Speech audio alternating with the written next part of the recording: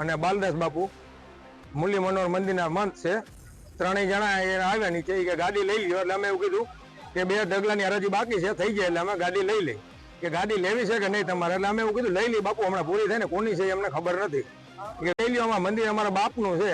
હા, તળે અમારા મંદિરના આંગણામાં કે તમારે કોઈ ટુ વ્હીલ રાખવું નહીં અને કોઈ આવું નહીં, અમારા ગામની કાંઈ જરૂર નથી. આ મંદિર અમારા બાપનું છે, ગામનું નથી.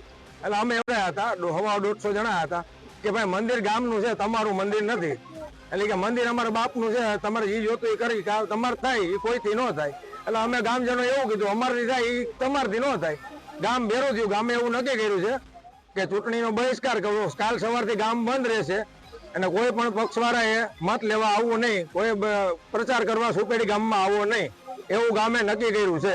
અમારી માંગ એવી છે કે બાપુ છે, 2 બાપુ, બાલદાસ બાપુ અને રવિન્દ્રદાસ બાપુ અને ડીસી પટેલ એ ગામની બારોબાર મંદિરમાં આવે નહીં, એવી ગામની માંગ છે. અમને આ જે ડેરાવાળા બાપુ રહ્યા એને અમારા દલિત વિશે અમને એમ કીધું કે તમારે અહીંયા કોઈ મંદિરે કોઈ પગે લાગવા આવવાનું નહીં અને કોઈ અહીંયા આવવું નહીં, અને અમને જમવામાં હંધી રીતના બહિષ્કાર કરેલો છે. એટલે અમે કોઈ તો આવતા નથી. અમારી માંગ છે કે બાપુ અહીંથી વયા જાય. સાધુ સંત નથી, આ તો ઘરબારી માણસ છે, બાવાજી છે, એટલે કોઈ નથી બોલતા. બાકી સાધુ સંત આવું કરે નહીં. ગાયની આડું સાધુ કોઈ દી પડે નહીં. અને એને એવા ગુંડા ઊભા કરી લીધા અને એવું કહે કે અમે 18 મર્ડર કરેલા છે અને હજી બેક થઈ જાય તો અમને કંઈ ફેર નથી પડતો. આવા ગુંડાઓ આવીને એમ કહે કે અમારા બાપનું મંદિર છે.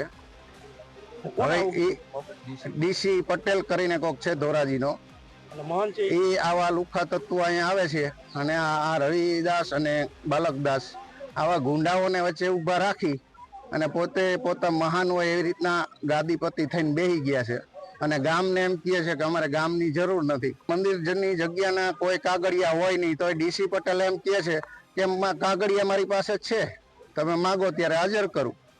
હવે આવું કોઈ લેખ હોતો નથી મંદિરનો, અને મંદિર ગ્રામજનોનું છે તો ગામના ગમે વ્યક્તિ અહીંયા આવીને દર્શન કરી શકે, કોઈને ના પડાતી નથી.